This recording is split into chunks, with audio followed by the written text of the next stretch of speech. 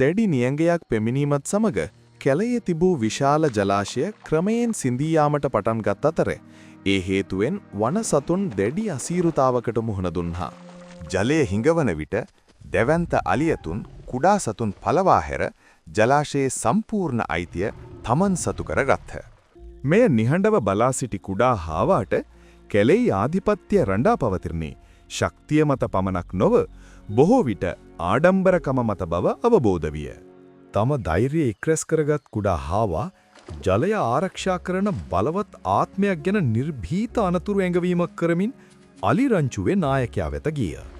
නිහඬ සඳේලිය යටතේ හාවා එම යූද අලියා ජලාශය වෙත කැඳවාගෙන ගොස් එහි ජලතලයේ දිදුලන අද්භූත රූපයක් ඔහුට පෙන්වීය.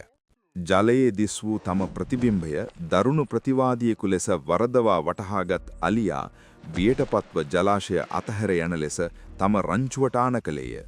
අලි රංචුව පිටව යාමත් සමග කැලයේ සමතුලිතතාවය නැවත ඇති වූ අතර ශක්තිය අසාර්ථක වන තැන ප්‍රඥාව ජය ගන්නා බව ඉන් මනාව තහවුරු විය.